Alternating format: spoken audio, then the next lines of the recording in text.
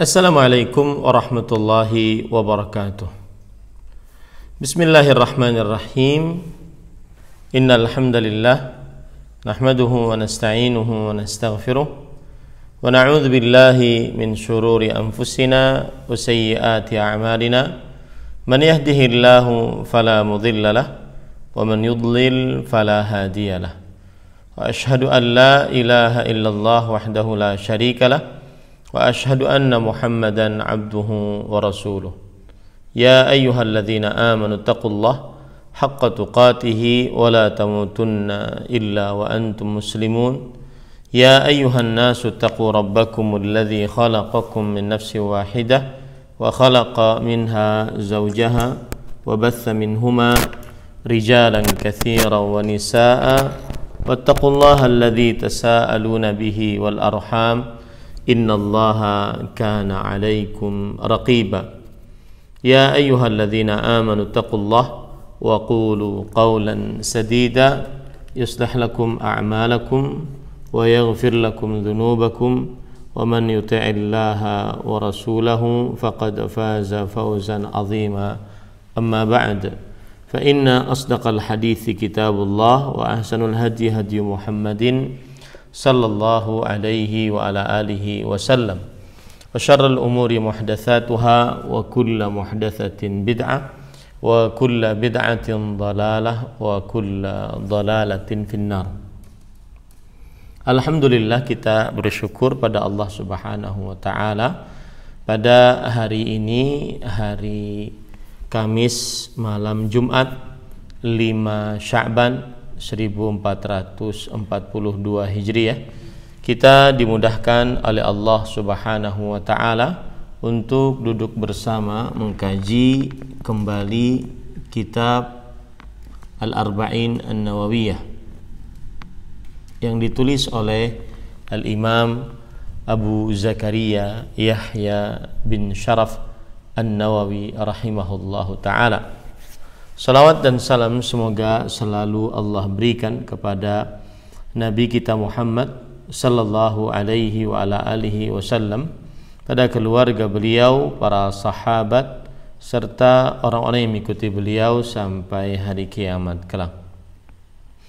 Dengan nama-nama Allah yang husna dan sifat-sifatnya yang mulia, kita berdoa, Allahumma inna nas'aluka ilman nafi'an wa rizqan tayyiban wa amalan mutaqabbala.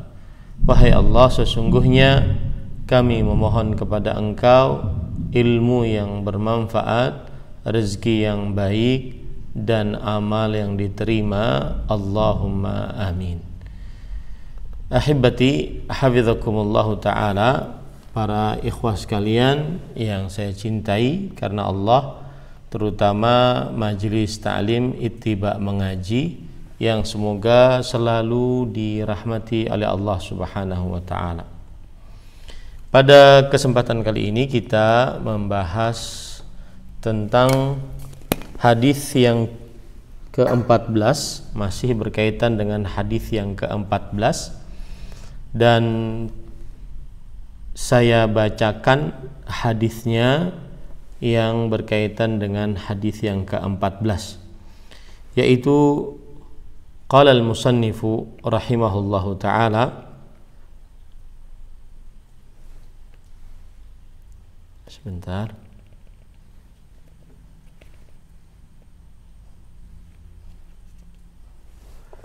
Qala al-musannifu rahimahullahu ta'ala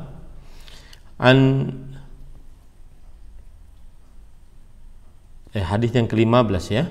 An Abi Hurairah radhiyallahu anhu anna Rasulullah sallallahu alaihi wa ala alihi wasallam qala man kana yu'minu billahi wal yawmil akhir falyaqul khairan aw liyasmut wa man kana yu'minu billahi wal yawmil akhir falyukrim jarahu wa man kana yu'minu billahi wal yawmil akhir falyukrim dhaifahu. Yang artinya dari Abu Hurairah radhiyallahu anhu, Rasulullah sallallahu alaihi wa ala alihi wasallam bersabda, siapa yang beriman kepada Allah dan hari akhir, maka hendaklah dia berkata baik atau diam. Dan siapa yang beriman kepada Allah dan hari akhir, hendaklah dia menghormati tetangganya. Dan barang siapa yang beriman kepada Allah dan hari akhir, maka hendaklah dia memuliakan tamunya. Hendaklah dia memuliakan tamunya. Ahibati hafizakumullahu ta'ala, pada pertemuan sebelumnya kita sudah membicarakan tentang paragraf yang pertama, yaitu man kana yu'minu billahi wal yaumil akhir falyaqul khairan aw liyasmut. Barang siapa yang beriman kepada Allah dan hari akhir, hendaklah dia berkata baik atau diam. Sebentar ya, ini kameranya agak kurang pas.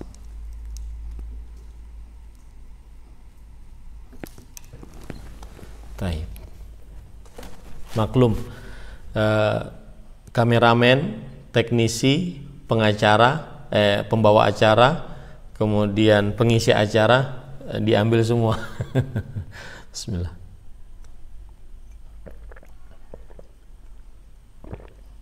Baik.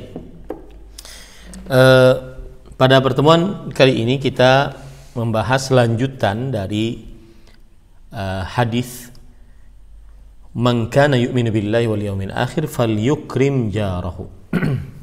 Siapa yang beriman kepada Allah dan hari akhir, maka hendaklah dia memuliakan tetangganya. Di dalam lafaz hadis riwayat Imam Ahmad, Imam Bukhari dan Imam Abu Dawud disebutkan fala yu'dhi jarahu, yaitu maka janganlah dia menyakiti tetangganya. Jadi memuliakan diganti dengan lafaz yang lain, yaitu janganlah dia menyakiti tetangganya.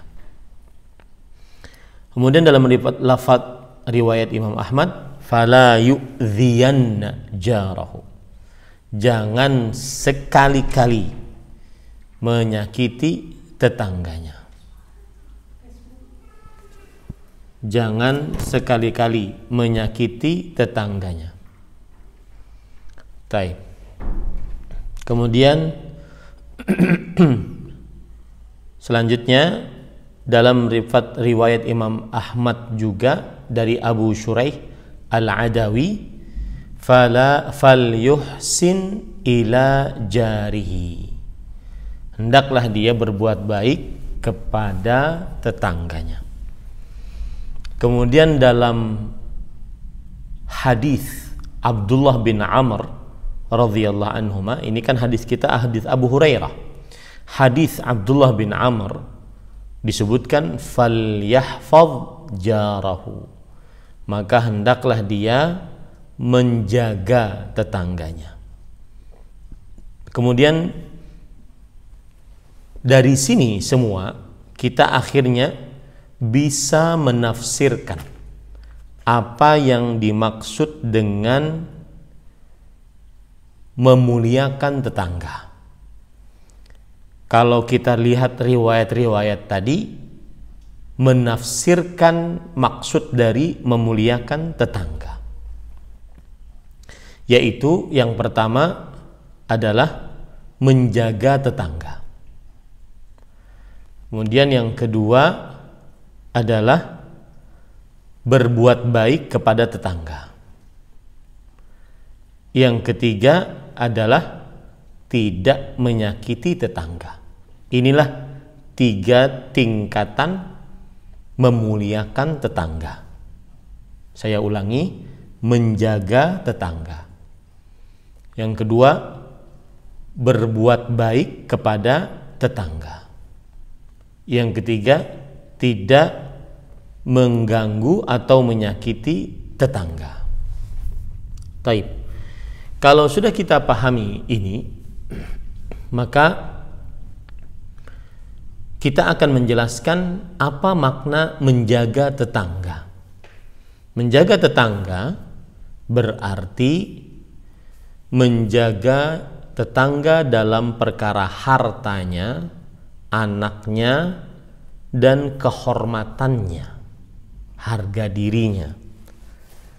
Tidak diperbolehkan seorang tetangga mencuri harta tetangganya dan menghancurkan harta tetangganya, dan tidak diperbolehkan seorang tetangga merusak anak tetangganya, atau ini lebih parah nih, merusak istri tetangganya.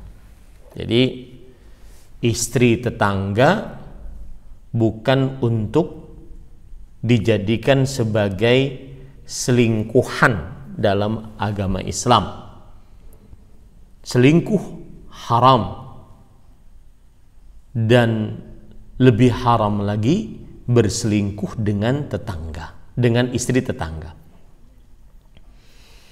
Kemudian termasuk daripada merusak istri tetangga adalah yaitu berzina dengan istri tetangga, merusak hubungan suami dengan istri tetangga. Ini para ikhwan yang dirahmati oleh Allah Subhanahu wa ta'ala. Suaranya hilang. Sebentar ya.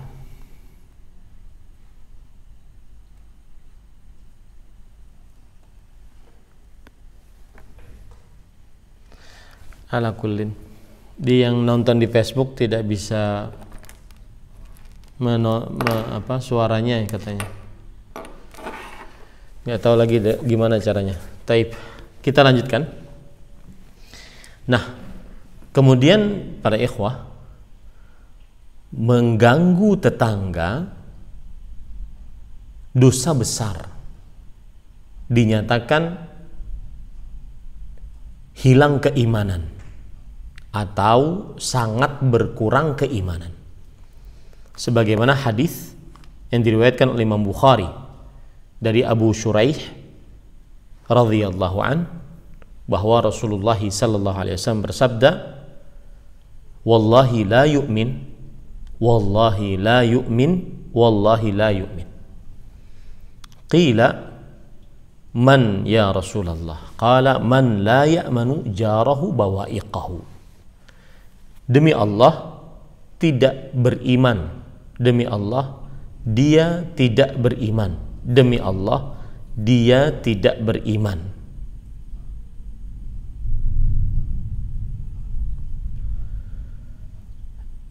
Lalu ada orang yang bertanya, siapa dia tidak beriman wahai Rasulullah? Kata Rasulullah sallallahu alaihi wasallam, man la ya'manu jarahu bawa'iqahu. Siapa yang tidak menjaga keamanan tetangganya. Siapa yang tidak menjaga keamanan tetangganya. Di dalam hadis ini terdapat penekanan akan hak tetangga berdasarkan sumpah Rasulullah sallallahu alaihi wa ala alihi wasallam. Berdasarkan sumpah Rasulullah sallallahu alaihi wasallam, maka penekanan hak tetangga. Karena tadi di awal kan beliau sumpah. Kemudian ditambah lagi sumpahnya 3 kali. Dan ditambah lagi di dalam hadis ini peniadaan keimanan bagi siapa yang menyakiti tetangga, baik dengan ucapan atau perbuatan. Dan yang dimaksud peniadaan keimanan adalah keimanan yang sempurna yang dia tidak miliki. Bukan berarti dia keluar dari orang-orang beriman, bukan. Tetapi dia ditiadakan keimanan yang sempurna. Imam An-Nawawi rahimahullah, setiap kali ada hadis yang semisal dengan ini, yaitu hadis yang misalkan bahwa tiada peniadaan iman, maka ada dua makna. Catat baik-baik. Apabila ada hadis yang menunjukkan peniadaan iman, maka ada dua makna. Makna yang pertama yaitu adalah bagi siapa yang menghalalkan menyakiti tetangga, maka ini haram hukumnya. Bagi siapa yang menghalalkan menyakiti tetangga. Kemudian makna yang kedua adalah sebagaimana yang sudah kita sebutkan tadi, yaitu tidak sempurna imannya, bukan berarti kafir keluar dari Islam. Ya. Nah, ini sayang padahal dari tadi sore ini bermasalah. Ala kulin, nanti setelah kita ini kita cari apa masalahnya, kenapa tidak keluar audio di Facebook. Taib. Kemudian ahibati hafizakumullah ta'ala, lanjut. Ada yang mengatakan pendapat yang ketiga, bahwasanya yang dimaksud dia tidak beriman adalah akhirnya di akhirat kelak dia tidak termasuk orang-orang yang pertama masuk ke dalam surga. Dia tidak termasuk orang-orang yang pertama masuk ke dalam surga. Ini para ikhwan yang dirahmati oleh Allah Subhanahu wa ta'ala. Nah, kemudian para ikhwan yang dirahmati Allah, kenapa demikian? Karena yang namanya menyakiti tetangga tidak menyebabkan kepada kekafiran. Dia bukan dosa kekafiran, dia bukan dosa kesyirikan. Maka dia tetap bisa saja diampuni dosanya oleh Allah Subhanahu wa ta'ala. Karena tidak ada dosa yang menyebabkan seseorang akhirnya tidak masuk surga kecuali kesyirikan dan juga kekufuran serta munafik akbar. Dan menyakiti tetangga tidak masuk ke dalam ini. Nah, itu ya, itu harus dipahami baik-baik. Jadi kadang-kadang ada orang yang tidak paham, akhirnya dia mengatakan, oh berarti keluar dari Islam yang menyakiti tetangga. Tidak. Yang menyakiti tetangga dia bisa keluar dari agama Islam apabila memustahilkan, saya ulangi, menghalalkan, bukan memustahilkan, menghalalkan dosa menyakiti tetangga, atau dia tidak sempurna keimanannya, atau dia orang yang terlambat masuk ke dalam surga akibat dia menyakiti tetangga. Nah, kemudian selanjutnya potret-potret menjaga tetangga. Ya, menjaga tetangga. Yang pertama, tidak mengganggu istrinya, baik itu dengan pandangan, ya. Dan ini ada perkara menarik disebutkan di dalam kitab ini catat baik-baik ini, dalam kitab Al-Mustatraf fi kulli fannin mustadhrab, wa kana al-arabu yatafakharuna fima bainahum bihifdzil jar. Orang Arab mereka saling membanggakan di antara mereka dengan menjaga tetangga. Allah, agung ini, agung. Ini perkataan agung, ya. Jadi orang Arab saling berbangga di antara mereka dengan menjaga tetangga. Bahwasanya saya bertetangga dengan si fulan itu 10 tahun tidak pernah cekcok. Saya bertetangga dengan si fulan itu sekian tahun tidak pernah buruk, dan seterusnya, ya. Kemudian yang kedua, menjaga hartanya, jangan merusak jangan menyia-nyiakan. Kemudian juga yang termasuk di dalamnya adalah termasuk menjaga harta, yaitu menjaga alat transportasinya, terutama apabila tidak ada dia di tempat atau kita sedang meminjamnya. Nah, maka ini jangan sampai seseorang merusak alat transportasi tetangga. Ini termasuk dari menjaga tetangga. Kemudian termasuk di dalamnya adalah menjaga anak-anaknya, yaitu dengan cara saat orang tuanya tidak ada memberikan arahan, kemudian memberikan nasihat, ya. Kemudian juga menjaga tetangga adalah dengan cara mengajak anak tersebut untuk taat kepada kedua orang tua dan seterusnya.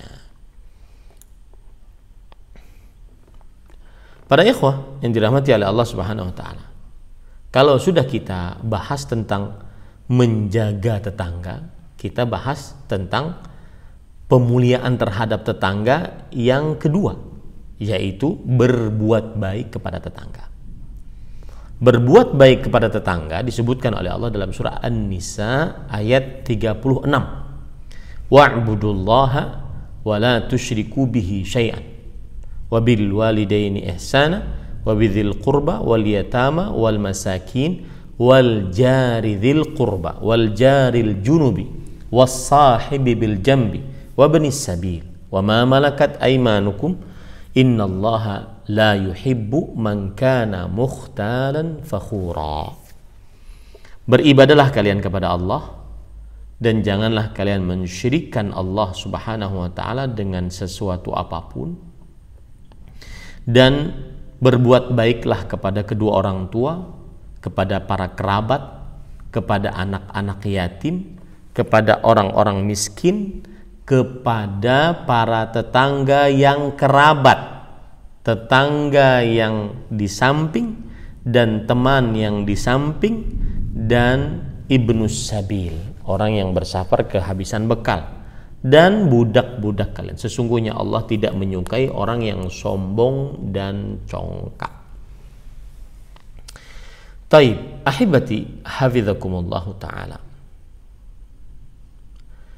Di dalam ayat ini Allah mengumpulkan antara hak-hak tetangga. Yang pertama yaitu antara dia dengan orang yang merupakan kerabatnya. Orang yang merupakan kerabatnya. Kerabatnya itu siapa? Dari atas bapak ibu, ke atas terus kakek nenek, terus ke atas. Dari bawah anak, cucu, dari samping kakak, adik, sekandung, sebapa, seibu, kemudian keponakan, ya, kemudian istri atau suami, kemudian paman, bibi, itu kerabat-kerabat, dan itu kerabat yang rahim. Kemudian paman mempunyai anak namanya sepupu, itu kerabat meskipun bukan rahim, kerabat meskipun bukan rahim.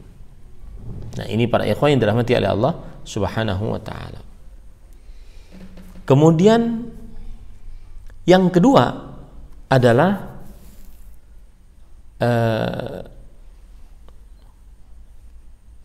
orang-orang yang lemah. Siapa? Orang yatim dan miskin. Ini hak antara seseorang dengan manusia. Jadi hak yang pertama seseorang dengan manusia yang kerabat, sudah saya sebutkan tadi. Hak yang kedua manusia dengan orang-orang yang lemah. Yang lemah di sini adalah yatim. Kemudian miskin, ini lemah. Yang ketiga, hubungan seseorang dengan yang mempunyai kerabat dan dia sering bergaul. Ya, sering bergaul. Siapa itu? Tetangga yang kerabat. Nah, tetangga yang kerabat di sini adalah ada yang mengatakan bahwasanya dia adalah istri atau suami. Ada yang mengatakan dia adalah tetangga muslim. Ada yang mengatakan tetangga yang kerabat adalah tetangga yang paling dekat rumahnya dengan kita, samping kanan, samping kiri, atas bawah, gitu ya. Samping kanan, samping kiri, atas bawah. Makanya dalam hadis riwayat Bukhari, Aisyah radhiyallahu anha bertanya, "Ya Rasulullah, innali jarain, fa ila ayyihima uhdi." Aku mempunyai dua tetangga. Kepada siapa aku memberi hadiah?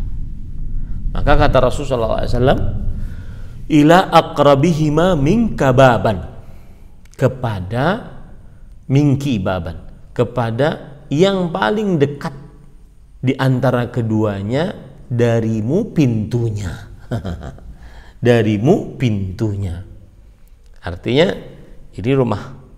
Kemudian yang paling dekat pintu rumah ini yang mana gitu.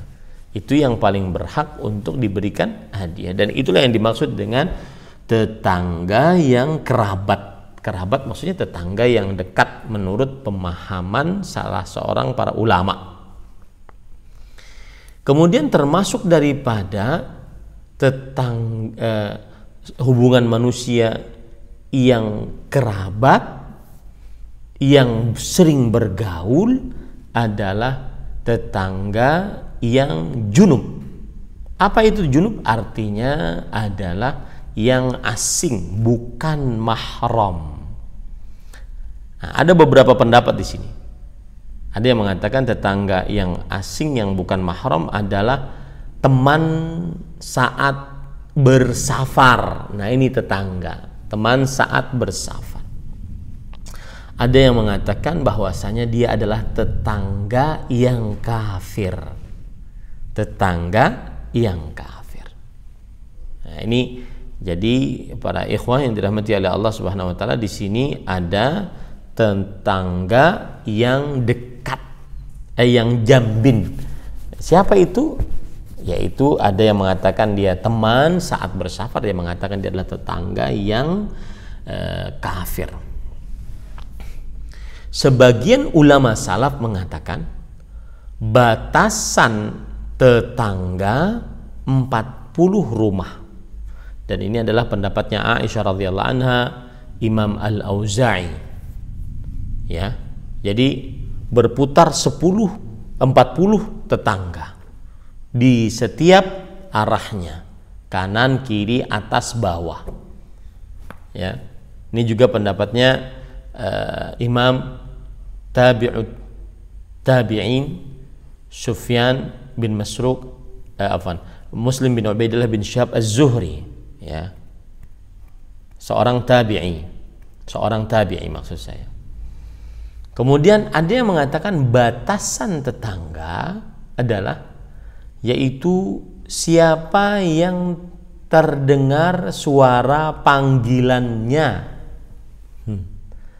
Kalau dia memanggil fulan, nah terdengar suara panggilannya, itu berarti masih tetangga.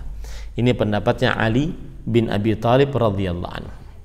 Ada yang mengatakan batasan tetangga adalah barang siapa yang sholat bersamamu sholat subuh di masjid, nah itu tetangga.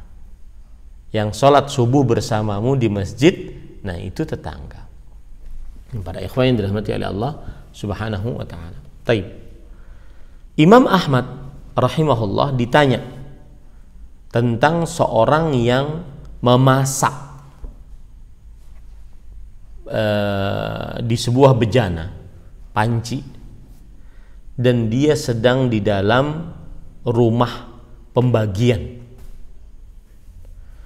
dan di dalam rumah tersebut terdapat 30 atau 40 orang, yaitu yang tinggal di dalam perumahan itu. Maka Imam Ahmad mengatakan, ditanya siapakah tetangga? Beliau menjawab, yabda'u bi nafsihi wa biman ya'ul fa in fadala fadlun u'tiyal aqraba ilaih. jika dia memulai dirinya sendiri, makanin dirinya sendiri, lalu orang-orang yang di bawah tanggung jawabnya, lalu setelah itu jika terdapat sisa maka diberikan kepada yang paling dekat. Yang paling dekat. Ini perkataan-perkataan para ulama tentang batasan tetangga.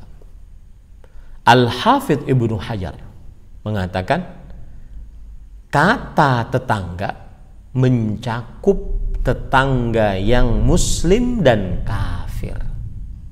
Maka dia tetangga, berarti tetap wajib berbuat baik meskipun dia tidak beragama Islam. Dan termasuk juga masuk ke dalam kata tetangga adalah orang yang ahli ibadah dan yang ahli maksiat. Termasuk tetangga juga adalah orang yang teman dan musuh. Termasuk tetangga juga adalah seorang yang datang dari jauh ataupun yang sama-sama tinggal di sebuah tempat.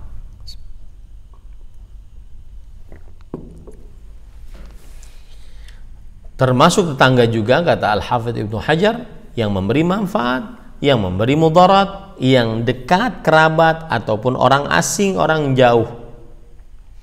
Ini para ikhwah yang dirahmati oleh Allah Subhanahu wa ta'ala. Dan setiap dari mereka wajib berbuat baik kepada mereka. Ya, wajib berbuat baik kepada mereka. Nah, kemudian para ikhwah yang dirahmati oleh Allah Subhanahu wa taala, tadi di dalam hadis, di dalam ayat disebutkan wasahibi bil jambi, dan teman di samping. Sebagian ada yang mengatakan bahwa dan teman di samping di sini adalah istri, dan yang menafsirkan ini adalah Abdullah bin Abbas radhiyallahu anhuma. Ada lagi yang mengatakan dia teman saat bersafar. Ya, ini termasuk yang patut kita berbuat baik kepadanya, yaitu teman di samping. Maksud teman di samping bisa istri, bisa teman bersafar. Kemudian yang kelima yaitu para budak. Maka tetap wajib untuk berbuat baik kepada budak. Ya. Ada beberapa potret berbuat baik kepada tetangga. Berbuat baik kepada tetangga yang paling utama adalah mengajak kepada agama Islam apabila dia kafir, atau mengajak kepada ajaran Rasul sallallahu alaihi wasallam apabila dia menyimpang, ahli bid'ah, ahli maksiat, mengajak bertaubat apabila dia bermaksiat. Nah, ini termasuk berbuat baik kepada tetangga, ya. Kemudian ahibati hafizakumullah taala,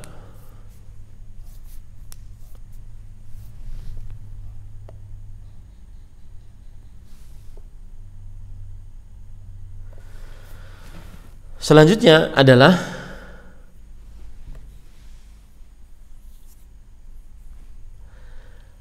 yang ketiga dari memuliakan tetangga. Jadi kan tadi memuliakan yang pertama dengan menjaganya sudah kita bahas, yang kedua dengan berbuat baik kepadanya, yang ketiga yaitu menahan gangguan terhadap tetangga. Artinya tidak menyakiti tetangga, tidak mengganggu tetangga.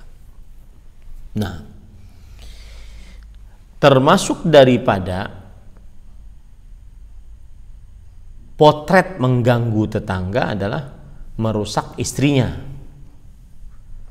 merusak hubungan istri dengan suaminya. Ini termasuk daripada mengganggu tetangga. Dalam hadis yang diriwayatkan oleh Imam Bukhari dan Muslim dari Abdullah bin Mas'ud radhiyallahu anhu, bahwa Rasulullah SAW ditanya, ayyu dzambi a'zam. Abdullah bin Mas'ud radhiyallahu anhu bertanya kepada Rasulullah SAW, dosa apa yang paling besar? Maka beliau menjawab, antaj'ala lillahi niddan wa huwa khalaqa. Kamu menjadikan untuk Allah sekutu padahal Allah yang menciptakanmu. Kemudian ditanya lagi, thumma ayyun.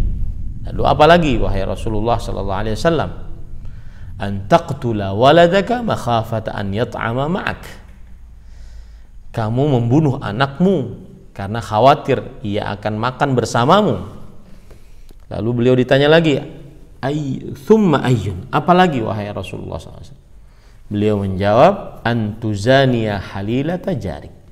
Engkau mengajak berzina istri tetanggamu.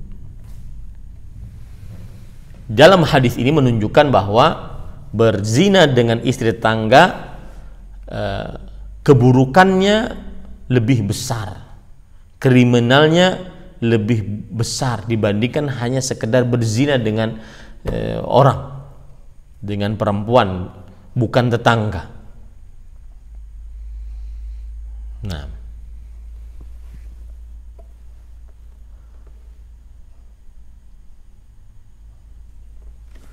kemudian para ikhwan yang dirahmati oleh Allah, ada lagi hadis yang juga patut diperhatikan di zaman sekarang, hadis riwayat Imam Ahmad, bahwa Al-Miqdad bin Al-Aswad radhiyallahu anhu berkata, Rasulullah sallallahu alaihi wasallam bersabda, "Ma taquluna fi zina?"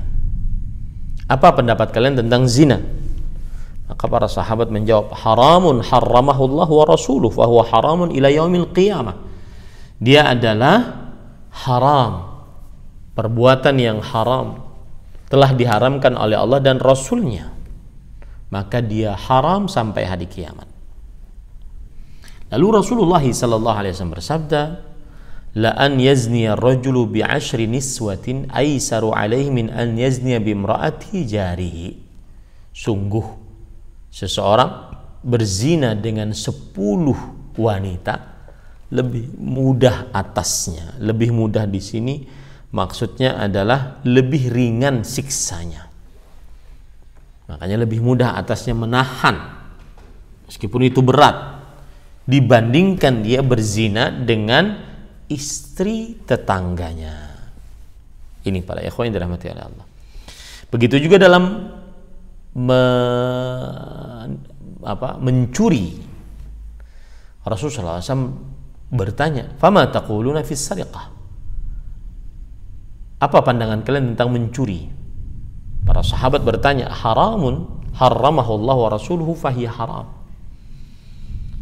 Dia adalah perbuatan haram, diharamkan oleh Allah dan Rasulnya, maka dia adalah haram. Kemudian Rasulullah SAW bersabda, la an yasriqa ar-rajulu min 'ashrati abyatin aisaru alaihi min an yasriqa min baiti jarihi. Sungguh seseorang mencuri dari 10 rumah lebih mudah atasnya menanggung hukumannya dibandingkan dia mencuri dari 1 rumah tetangganya. Maka larangan ini mencakup istri, seluruh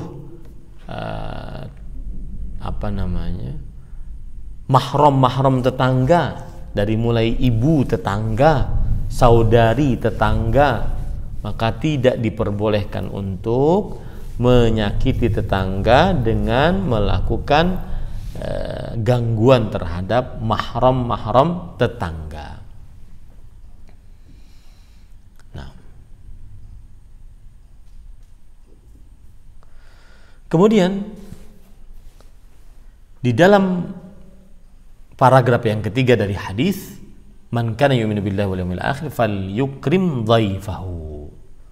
Siapa yang beriman kepada Allah dan hari akhir, maka hendaklah dia memuliakan tetangganya.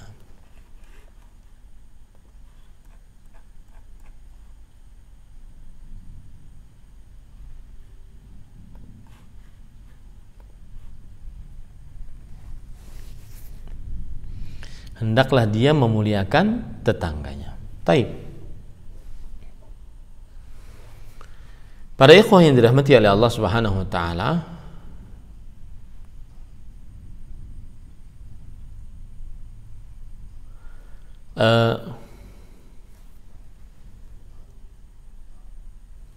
memuliakan memuliakan tamunya, maksud saya memuliakan tamunya. Apa hubungan dari 3 perkara yang disebutkan dalam hadis ini? Artinya barang siapa yang beriman kepada Allah dan hari akhir, hendaklah dia berkata baik atau diam. 1. Barang siapa yang beriman kepada Allah dan hari akhir, hendaklah dia memuliakan tetangganya. 2. Yang ketiga, barang siapa yang beriman kepada Allah dan hari akhir, hendaklah dia memuliakan tamunya. Hubungannya adalah, para ikhwan yang dirahmati oleh Allah Subhanahu wa taala, bahwa yang pertama adalah urusan diri sendiri. Lisan berkaitan dengan diri sendiri. Yang kedua berkaitan dengan orang yang terdekat dengan dia, yaitu tetangga. Yang ketiga berkaitan dengan tamu yang datang kepada dia. Nah, ini para ikhwah yang dirahmati oleh Allah Subhanahu wa taala. Baik.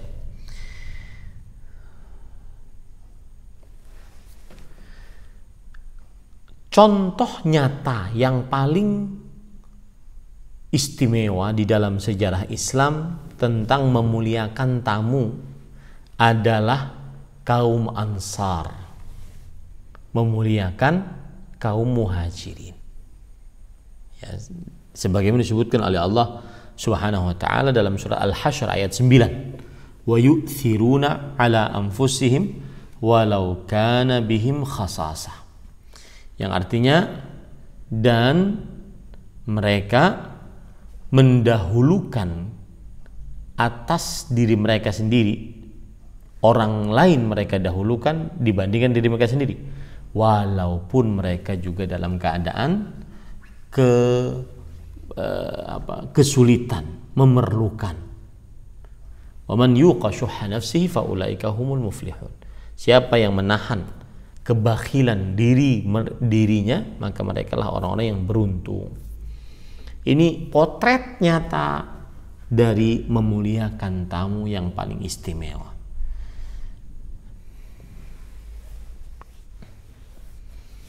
Coba ada riwayat dari hadis dari surat Al-Hasyr ayat 9 tadi.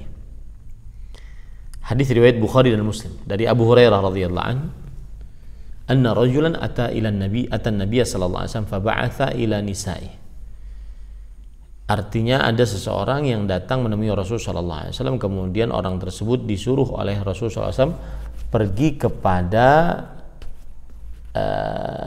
istrinya. Maksudnya gini, ada orang yang datang kepada Rasul sallallahu alaihi wasallam. Kemudian Rasul sallallahu alaihi wasallam mengutus orang lain untuk bertanya kepada istrinya, apakah ada makanan? Maka sang istri, karena ini kan datang tamu nih ceritanya, maka sang istri mengatakan, ma ma'ana illal ma', kita tidak punya apa-apa kecuali air. Ini subhanallah ya, pelajaran bagi para perempuan agar benar-benar sabar dengan keadaan suami, tidak meminta lebih dari apa yang diberikan oleh suami sehingga menyulitkan suami, kecuali dalam keadaan dia berat, dalam keadaan dia kekurangan, maksud saya dalam keadaan dia kekurangan. Nah, maka pada saat itu sang istri boleh untuk meminta kepada suaminya kalau memang dia merasa kekurangan. Nah, kemudian para ikhwan yang dirahmati oleh Allah Subhanahu wa taala, lalu Rasulullah SAW bersabda, man yadhum au yudhifu hadha, siapa yang ingin menjadikan orang ini sebagai tamunya. Lalu kaum Ansor berkata, ana, saya. Lalu yang mengatakan tadi, subhanallah, yang mengatakan tadi dia pergi ke rumah. Dia mencari istrinya. Kemudian berkata kepada istrinya, akrimi dhaifa Rasulillah sallallahu alaihi wasallam. Wahai istriku, ini tamu Rasulullah, muliakan dia. Maka kata sang istri, ma indana illa qutu sibyani. Kita tidak punya makanan apa-apa kecuali makanan untuk anak bayi kita. Maka kata sang suami, hayyi ta'amaki, sudah sediakan makanan. Wa asbihi sirajaki wa nawwimi sibyanaki idza aradu asha'an fahayyat ta'amaha wa asbahat sirajaha wa nawwamat sibyanaha thumma qamat ka'annaha tuslihu siraja fa atba'atha. Yang artinya, wahai istriku, sediakan makan, kemudian nyalakan lampu, tidurkan anak-anak jika mereka ingin makan malam, tidurkan. Maka akhirnya sang istri mengerjakan, menyiapkan makanan, menyalakan lampu, kemudian menidurkan anak-anaknya. Lalu sang istri bangun ketika siapa? Ketika sudah mau makan nih ceritanya. Sang istri bangun, pura-pura memperbaiki lampu. Akhirnya lampunya padam karena dimatikan oleh sang istri. Maka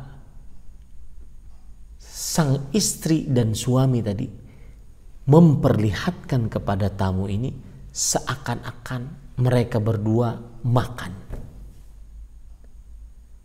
Ya, selesai tamu ini makan, istirahat, maka mereka berdua dalam keadaan kelaparan.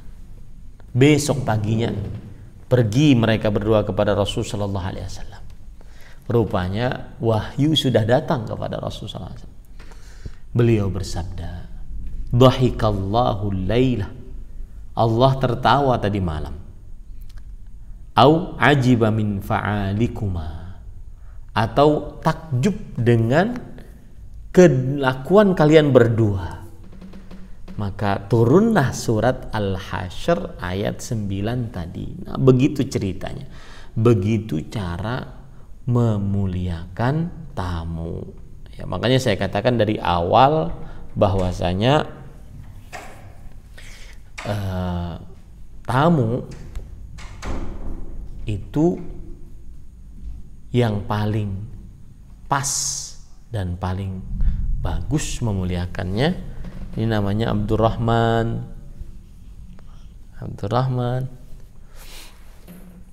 adalah yang paling, potret paling nyata, yaitu siapa? Yaitu adalah kaum Ansar. Itu sungguh luar biasa, ya. Jarang yang memiliki kemampuan seperti kaum Ansar. Nah, kemudian ahibati hafizakumullah ta'ala, selanjutnya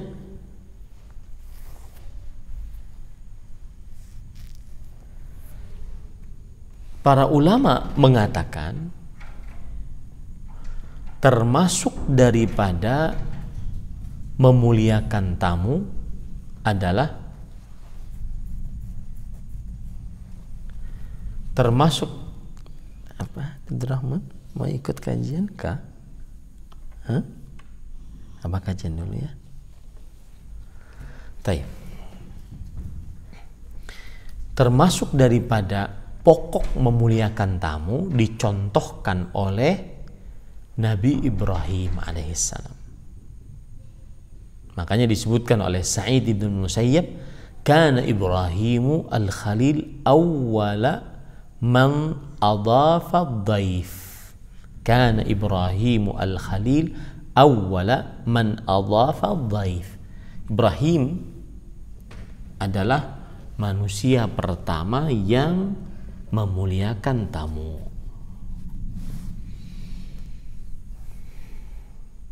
Ada lagi cerita yang menarik. Al-Hasan bin Isa bin Masarjas berkata, "Sahibtu Ibn al-Mubarak min Khurasan ila Baghdad, fama ra'aituhu akala wahdahu." Aku pernah berteman dengan Abdullah bin Mubarak, seorang tabi'in atau tabi'ul atba'. Beliau menemani Abdullah bin Mubarak dari Khurasan, Iran berarti, sampai ke Baghdad, sampai ke Irak.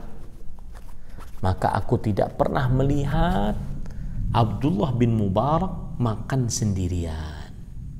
Nah, ini menunjukkan bagaimana memuliakan tamu dan juga bagaimana bergaul yang baik dicontohkan oleh para ulama rahimahumullahu ta'ala. Baik. Sekarang kita ambil beberapa faidah fikih. Yang pertama, batasan waktu bertamu adalah 3 hari 3 malam. Berarti tuan rumah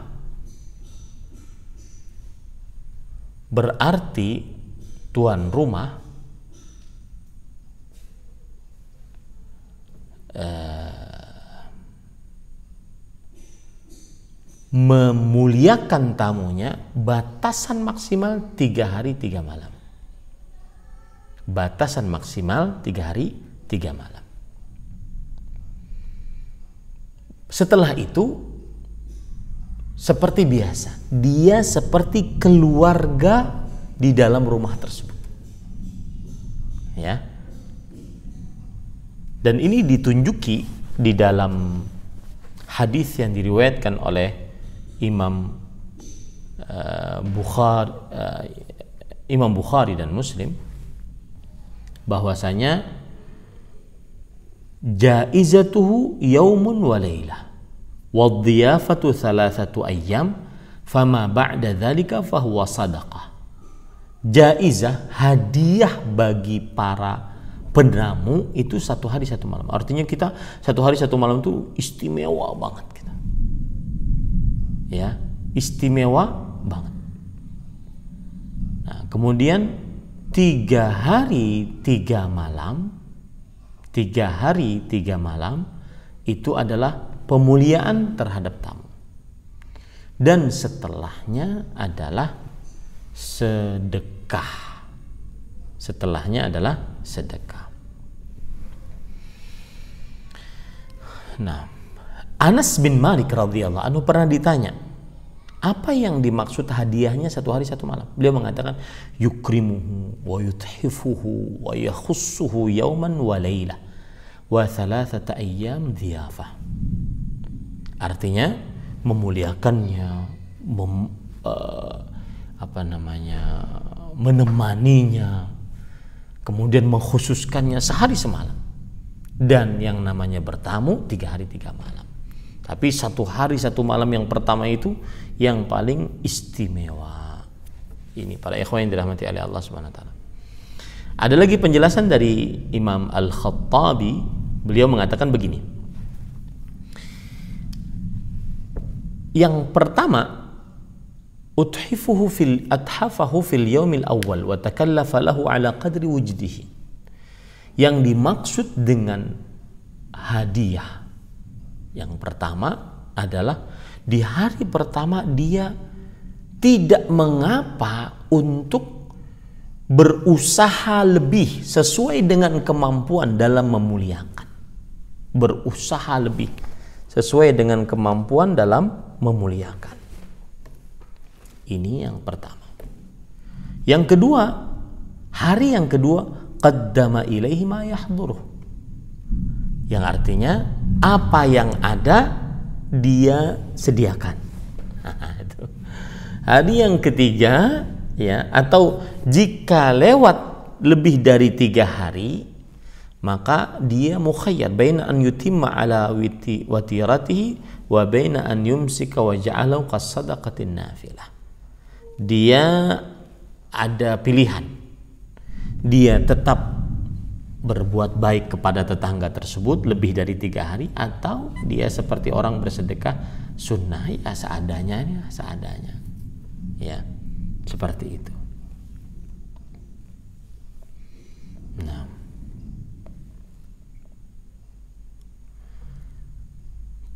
pada ikhwan yang dirahmati oleh Allah Subhanahu wa taala,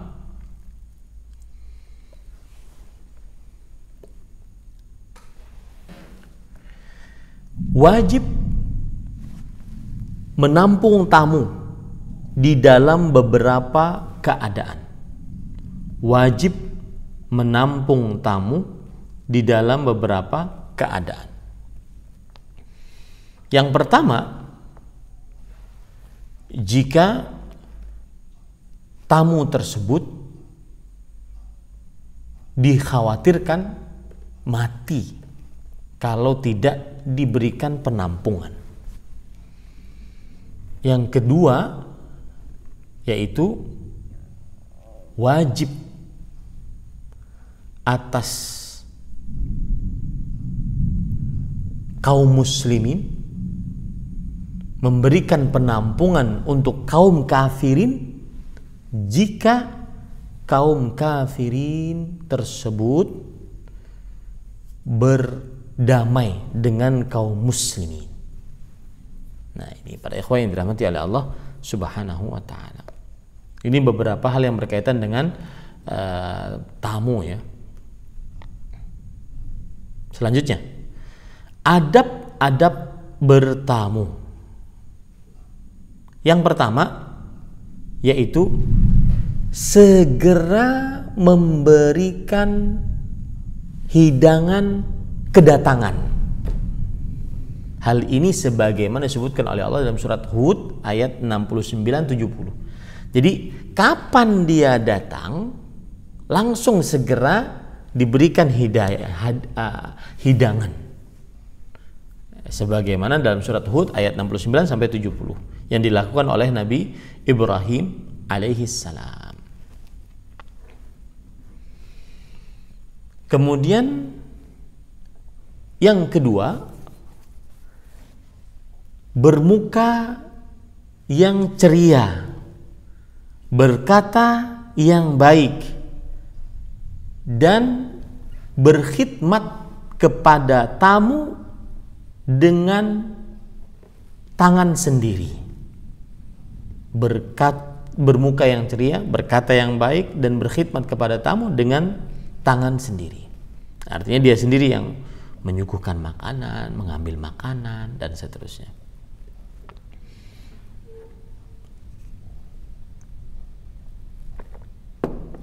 Yang ketiga, memperlihatkan kebahagiaan, kegembiraan, dan benar-benar senang dengan kedatangannya. Benar-benar senang dengan kedatangannya. Kemudian yang keempat, berbuat baik saat dia meninggalkan rumah sebagaimana berbuat baik saat menyambutnya. Nah, ini para ikhwah yang dirahmati oleh Allah Subhanahu wa taala. Baik.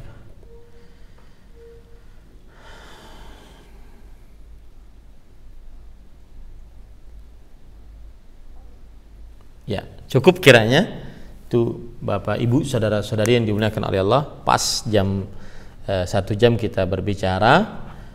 Semoga yang disampaikan bermanfaat. Wallahu a'lam.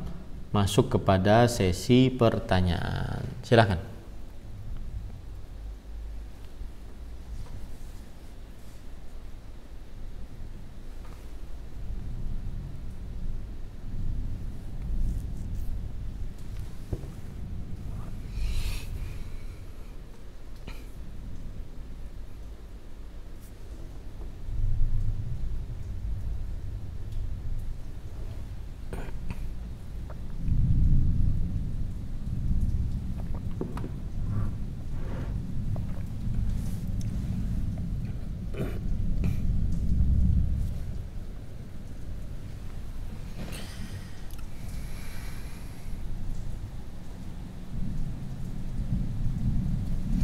Bismillah walhamdulillah wassalatu wassalamu ala Rasulillah wa ala alihi wa sahbihi wa man wala. Bagaimana bersikap jika tetangga dekat mengadakan walimah beracara musik? Maka jawabannya adalah kita wajib berbuat baik kepada tetangga. Dan salah satu berbuat baik kepada tetangga adalah memberikan nasihat. Sebagaimana hadis Rasulullah sallallahu alaihi wasallam yang sudah kita pelajari, ad-dinun nasihah. Agama itu adalah nasihat. Nasihat kepada Allah yaitu beribadah kepadanya, nasihat kepada Rasulullah mengikuti petunjuknya, nasihat kepada kitab Allah yaitu membacanya, berinteraksi dengannya, nasihat kepada para pemimpin dengan menasihatinya jika memang diperlukan untuk menasihati, termasuk juga nasihat kepada kepada kaum muslimin. Nah, nasihat kepada kaum muslimin diantaranya apabila melakukan kekeliruan maka dinasihati. Cara menasihatinya dengan baik dan santun, ya, dengan baik dan santun. Jika sudah dinasihati dan masih melakukan, maka ma alaina illal balagh.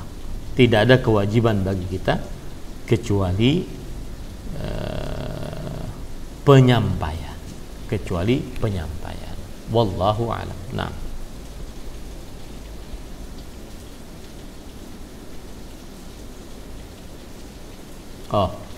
kalau seandainya itu yang ditanyakan, maka jawabannya adalah ya, haram untuk didatangi acara yang di dalamnya terdapat maksiat. Ya, sebagaimana Allah Subhanahu wa taala berfirman, "Fala taq'udu ma'ahum hatta yakhudhu fi haditsin ghairi." Jangan kalian duduk bersama mereka sampai mereka masuk kepada pembicaraan lain, artinya selain maksiat kepada Allah Subhanahu wa taala. Maka tidak boleh seseorang untuk ikut di dalam perkumpulan-perkumpulan yang di dalamnya terdapat maksiat. Wallahu a'lam. Nah,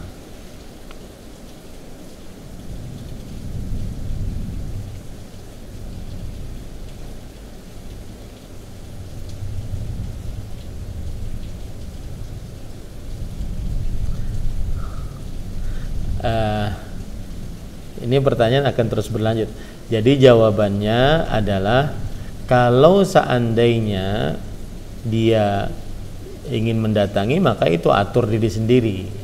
Apakah sebelum, apakah sesudah. Tapi kalau seandainya pertanyaannya apakah tetap wajib datang, maka jawabannya tidak wajib datang dan tidak berdosa tidak datang. Tidak berdosa tidak datang. Nah,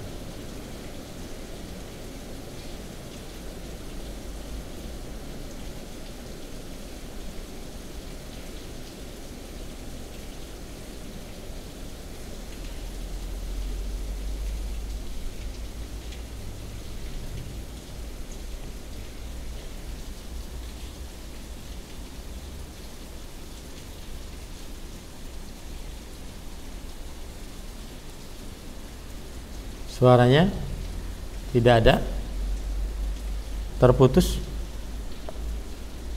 Iya, barusan kedengar lagi. Iya.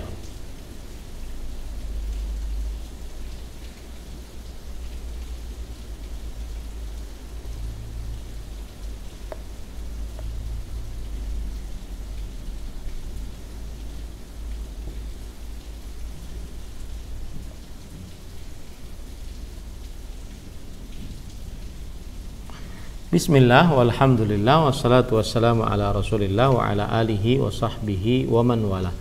Hadis riwayat Imam Muslim dari Abu Dzar radhiyallahu an, Rasul sallallahu alaihi wasallam bersabda, "Ya Aba Dzar, idza tabakhta maraqatan fa akthir ma'aha." Jika engkau memasak kuah, entah itu kuah sayur, entah kuah sop, kuah pokoknya, maka perbanyaklah airnya. Para ikhwan yang dirahmati oleh Allah Subhanahu wa taala, kemudian ada hadis wa ta'ahad jiranaka, dan berikanlah kepada tetangga-tetanggamu. Di sini memang perintah Rasul sallallahu alaihi wasallam. Dan asal hukum perintah menunjukkan kepada kewajiban. Dan di sana ada riwayat lain yang diriwayatkan oleh Imam Muslim juga, bahwa Abu Dzar radhiyallahu anhu berkata, "Inna khalili sallallahu alaihi wasallam awsani." Sesungguhnya kekasihku sallallahu alaihi wasallam berwasiat kepadaku, jika idza tabakhta maraqatan fa'akthir ma'aha thumma anzur ahla baitin min jiranik fa'asibhum minha bima'ruf. Jika engkau memasak kuah, maka perbanyaklah airnya, kemudian lihat tetanggamu, keluarga dari tetangga-tetanggamu, maka kenakan kepada mereka dari kuah tersebut dengan cara yang ma'ruf. Di sini semuanya perintah kan? Maka disitulah sebagian ulama mengatakan bahwasanya itu hukumnya wajib. Adapun sampai ada penyebutan tadi kalau tetangga mencium, maka di sini kita tidak katakan tetangga mencium gitu. Artinya belum ada hadis yang menunjukkan walaupun tidak mencium, ya, walaupun tetangga tersebut tidak mencium. Saya tidak tahu kalau seandainya ada lafaz tambahannya bahwa kalau tetangga mencium maka wajib. Dalam hadis ini tetangga jika memasak kuah, maka berikan kepada tetangga. Nah, di sini khilaf di antara ulama. Berikan kepada tetangga, kenakan kepada tetangga, apakah dia wajib atau tidak? Maka asal hukumnya wajib karena dia perintah. Asal hukumnya wajib karena dia perintah. Tetapi karena dia adalah bagian dari adab, dan para ulama mengatakan al-amru fil adabi yadullu 'alan nadbi. Perintah di dalam perihal-perihal adab menunjukkan kepada anjuran, tidak termasuk daripada kewajiban. Allahu a'lam. Naam.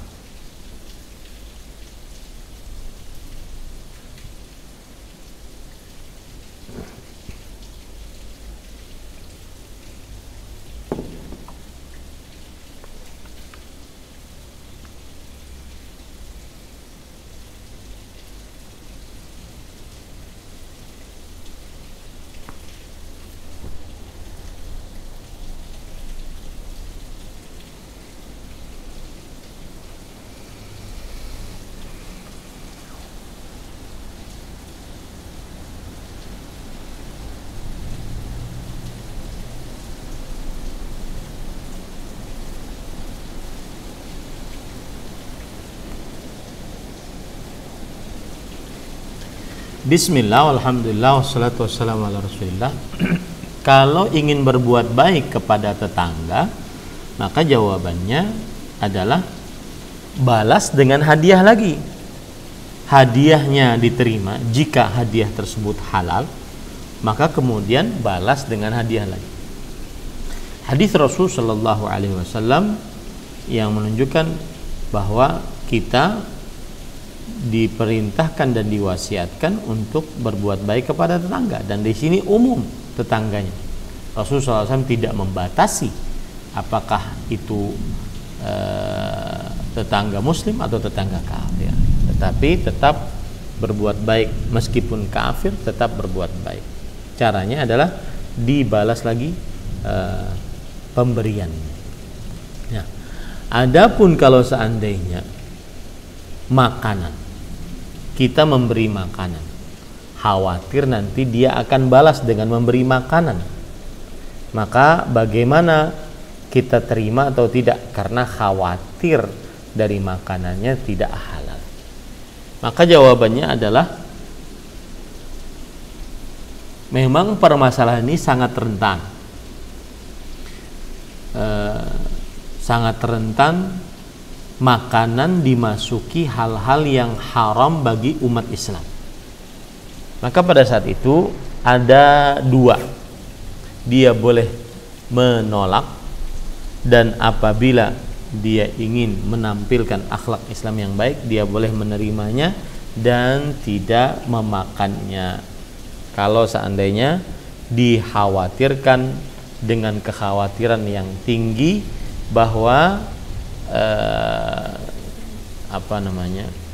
dalam makanan tersebut terdapat hal-hal yang diharamkan di dalam agama Islam, seperti khamar, seperti babi, ya, dan selainnya. Wallahu a'lam. Nah,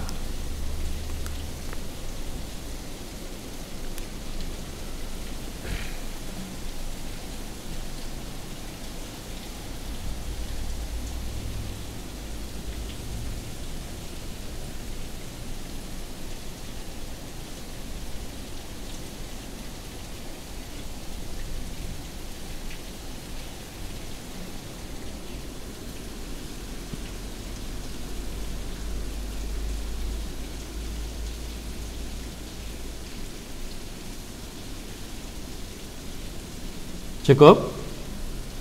Taib. Para ikhwan yang dirahmati oleh Allah Subhanahu wa taala, di sini saya ingin menutup dengan beberapa perkataan yang menarik dari para ulama rahimahumullah taala tentang beberapa hal yang sudah kita pelajari dalam hadis. Yang pertama yaitu tentang diam dan berkata baik. Luqman Al-Hakim berkata, "Inna minal hikami as-samtu wa qalilun fa'ilu." Termasuk daripada hikmah adalah diam dan sedikit yang bisa mengerjakannya. Ini perkataan Luqman Al-Hakim yang dinukilkan perkataannya oleh Anas bin Malik radhiyallahu anhu.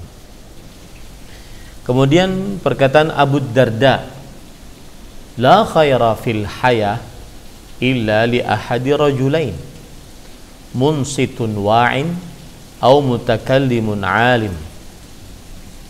Kata Abu Darda radhiyallahu anhu, tidak ada kebaikan apapun di dalam kehidupan kecuali untuk salah satu dari dua orang, munsitun wa'i, yaitu orang yang diam tetapi dia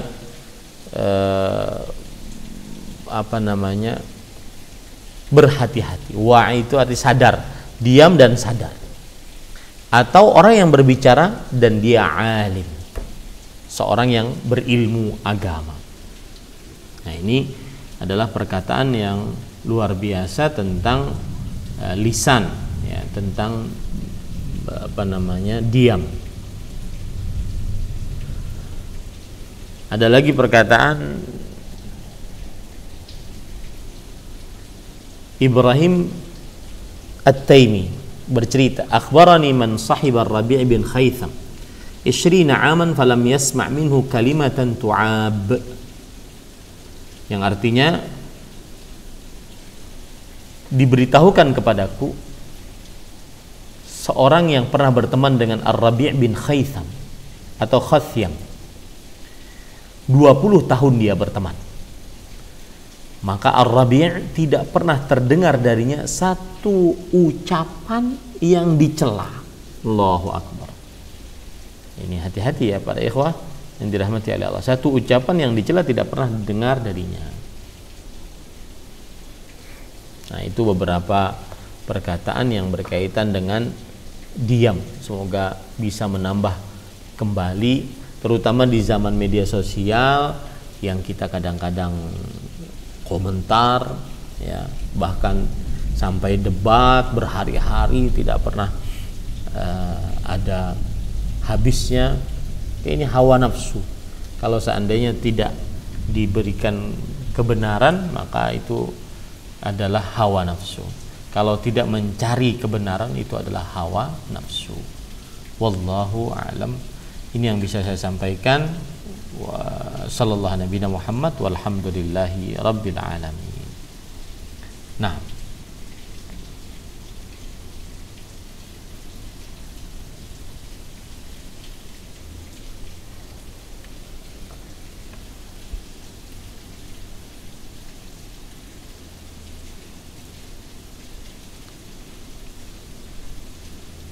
amin. Amin.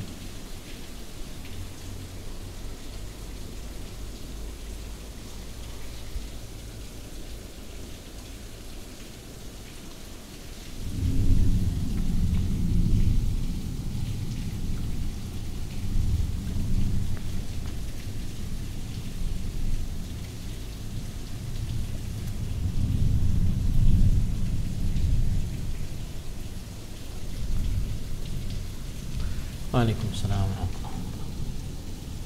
Barakallahu fiik. Jazakallahu khair.